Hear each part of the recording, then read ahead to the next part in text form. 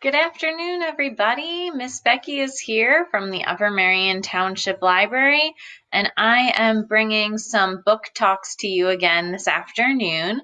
So I've got a couple of books that I want to feature and share with all of you. I thought I would kind of do a little bit of a theme today. So we are going to be talking all about different fantasy stories, particularly the ones that are good for middle grade and upper elementary school students, although many of them are excellent books that are great to read at any age beyond that as well. So I picked a variety of different fantasy books. Most or all of these should be on Overdrive, and a lot of them are also part of a series of books, or if they're not a series themselves, then the author has done other books, other similar type stories, or other books that are also fantasy books. So if you do read one of these and you enjoy it, the good news is that means there's even more for you to read. Or if you have a kid who reads one of them and they really like it, that can be a really great way to get them to read even more books too. So some of them you might be familiar with, some might be authors that you're familiar with, but you didn't necessarily know about this book, and some of them might be new to you. So hopefully you find something that interests you and intrigues you. So we're going to start with our first book here. This one is called The Red Pyramid, and it's by Riordan. Now this one, you probably know the author if you know anything about middle grade books, especially fantasy books, because he is the author of the Percy Jackson series, as well as he's written some of the 39 Clues books. He has several other mythology fantasy series, so all different ones, but Percy Jackson is about the Greek gods. The Red Pyramid is the first book in his series about Egyptian mythology and fantasy. So I'm going to read to you the description here. Since his mother's death 6 years ago, Carter Kane has been living out of his suitcase, traveling the globe with his father, the brilliant Egyptologist Dr. Julius Kane. But while Carter's been homeschooled, his younger sister Sadie has been living with their grandparents in London. Sadie has just what Carter wants: school friends and a chance at a normal life. But Carter has just what Sadie longs for: time with their father. After 6 years of living apart, the siblings have almost nothing in common, until now. On Christmas Eve, Sadie and Carter are reunited when their father brings them to the British Museum with a promise that he's going to make things right. But all does not go according to plan. Carter and Sadie watch as Julius summons a mysterious figure who quickly banishes their father and causes a fiery explosion. Soon Carter and Sadie discover that the gods of ancient Egypt are waking, and the worst of them, Set, has a frightening scheme. To save their father, they must embark on a dangerous journey, a quest that brings them ever closer to the truth about their family and its links to the House of Life, a secret order that has existed since the time of pharaohs. So that is the summary for this first book in this series. The series itself is called The Kane Chronicles. It's a trilogy, so there's 3 books in it after this first one, but The Red Pyramid is the first one, so you want to start with this one. It's a great story because it's got a brother and a sister as the 2 main characters, but they didn't grow up together, so they're still kind of getting to know each other and learning about each other, and the point of view flips back and forth between them. Egyptian mythology is really fascinating, so you can learn a lot of interesting stuff from reading this book too, and if you ever have read anything else that Riordan has published, you know his writing style just really hooks you in. He loves a good cliffhanger at the end of the chapter, so it's hard to put down the book. You want to just keep going and find out what happens. So this is a good one to keep you reading, whether you've read Percy Jackson already and liked those and maybe you want something else, or you just like the idea of an Egyptian mythology fantasy book. This is a great one. Okay. The next book I have here is called Breadcrumbs by Ursu. And this is more of a different style of fantasy book in that it's based in the real world, but then fantastical elements are introduced through the story. So you will have the first, I'd say, like, I'm actually in the middle of this book right now. So the first 100 pages or so feels very realistic fiction. It's about a girl and her best friend Jack, and everything's very realistic, but then something fantastical happens and you convert into the world of fantasy and fairy tale.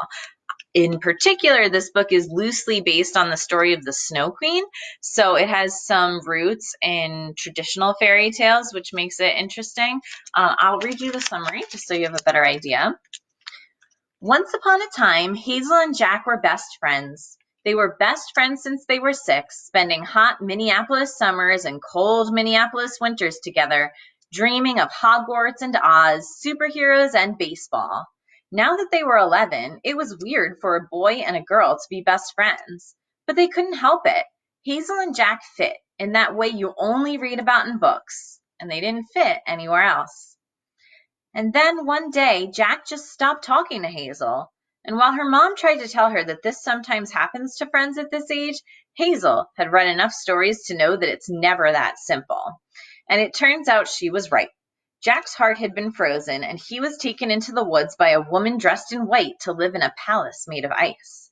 Now it's up to Hazel to venture into the woods after him. Okay. And I will say this book, as I mentioned before, I am currently in the middle of reading it myself. I'm about 200 pages into it, and it's about 300 pages long. It's a fairly quick read. It's good for middle school students, maybe advanced upper elementary school students. The main characters are 11 in the book. And in the story, Hazel and Jack have a really interesting relationship. They're both a little bit different. So kids may relate to that, especially if they're big readers and creative minds, very imaginative. And if you have any familiarity with the original Snow Queen story, it's interesting to read it and see how this story was inspired or some of the parallels. So this is another good, interesting one that I would recommend. All right. My next fantasy book is called Gregor the Overlander, and it's written by Suzanne Collins, which may also be a familiar name. Her most well-known series that she wrote is, of course, The Hunger Games. So she wrote that trilogy, which is usually considered more of a young adult YA series because of some of the violence and things that happen in that book, but this series she wrote specifically more for a middle grade audience. So if you have kids that maybe weren't ready to handle the Hunger Games, this is, while it's still got some darker themes, it's not nearly at the level that the Hunger Games is at. And it's more of a fantasy story, whereas Hunger Games is science fiction. So let me just read the little summary here. When Gregor follows his little sister through a grate in the laundry room of their apartment building, he hurtles into the dark underland beneath the city. There, humans live uneasily beside giant spiders, bats, cockroaches, and rats. But the fragile peace is about to fall apart. Gregor wants no part of a conflict between these creepy creatures. But when he discovers that a strange prophecy foretells a role for him in the Underland, he realizes it might be the only way to solve the biggest mystery of his life. So, very interesting book series. This is the first one of 5 books in the series. It is so compelling. One of those books that I just couldn't stop reading. I did read through the whole series a few years ago. I would say even for adults, if you read The Hunger Games and you like them and you see this and you think, oh, well, it's a middle grade novel, I would still read it just because the characters are a little bit younger. It is so captivating, really unique world that she's created here with this underworld. There's this whole crazy land underneath New York City, and it gets a little bit dark. I definitely would recommend it for more mature kids, just because there are some things that can be scary in here. I think like giant bats, as you can see on the cover, and giant rats, and just kind of creepy things like that. So make sure that that's something that your kids can handle. But if that does sound like something that would interest them, because there are some kids that are super into that sort of creepy stuff too, this is a great one if you haven't read the series yet, and there are 5 of them. So once you get into the first one, it's going to be hard to not pick up the rest of them. So that's Gregor the Overlander. And the last fantasy book that I want to share with you today is a classic that probably everybody has heard of, but I still want to talk about it and a little bit about what ages it is and everything. So this is The Lion, the Witch, and the Wardrobe. It is from the Chronicles of Narnia. So you probably are familiar with the story, but just in case, I will read you the description. They open a door and enter a world. Narnia, a land frozen in eternal winter, a country waiting to be set free. Four adventurers step through a wardrobe door and into the land of Narnia, a land enslaved by the power of the White Witch. But when almost all hope is lost, the return of the great lion Aslan signals a great change and a great sacrifice. So one of the things that I really love about this book, aside from the fact that it's just a fantastic story, great fantasy, fairy tale type elements, very interesting characters and creatures that you meet along the way. It is another one of those books that is truly good for such a wide variety of ages. I love this book particularly as a read aloud for younger kids, just because you might open the book and see like, oh, it's kind of difficult to read through, but the story itself and the writing isn't hard. So if you're looking for a longer chapter book now to read to your kids, like a before bedtime story, this is a great option. I actually have memories of my dad reading it to us when we were kids. I was probably maybe second grade at the time. So still good and appropriate for younger kids if you read it to them. And then as kids get older, it's something they can read on their own too. Of course, this one is also part of a series. It is a 7-book series. Technically, The Lion, the Witch, and the Wardrobe is the second book in the series. There is a book that comes before it, but almost everyone recommends reading this one first because it's the most accessible.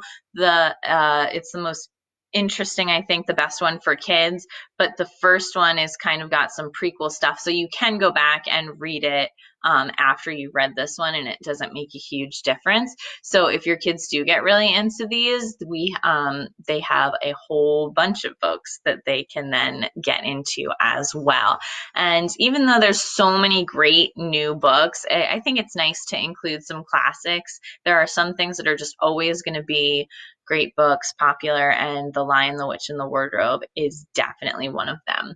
And if you were listening earlier when I was talking about the book Breadcrumbs, which was based on the Snow Queen, you might have heard a couple of descriptions that were similar if you're familiar with the Narnia story at all. That story also involves a white witch taking a boy off into the woods. So if you read that one, there's definitely some parallels here. If you like that style of story, you'll find some similarities. So I think it's a pretty cool nod to that as well. So those are the books I have to share with you today. Thank you so much for tuning in. I hope you get the chance to try some of the books that I've recommended. If you do read them, let me know what you think. Come comment on our YouTube page or Facebook page, or send us an email, Facebook message, and say, hey, Miss Becky, I really love this book. Thanks for recommending it. Or, hey, Miss Becky, you mentioned this book and I hated it. Because I still like to hear feedback and what you all think of everything. So thank you again for joining us. Miss Laura is going to be back with another book talk on Thursday afternoon, and I will be doing story time for our younger crowd tomorrow morning at 10:30. So I will see you all then. Have a great afternoon.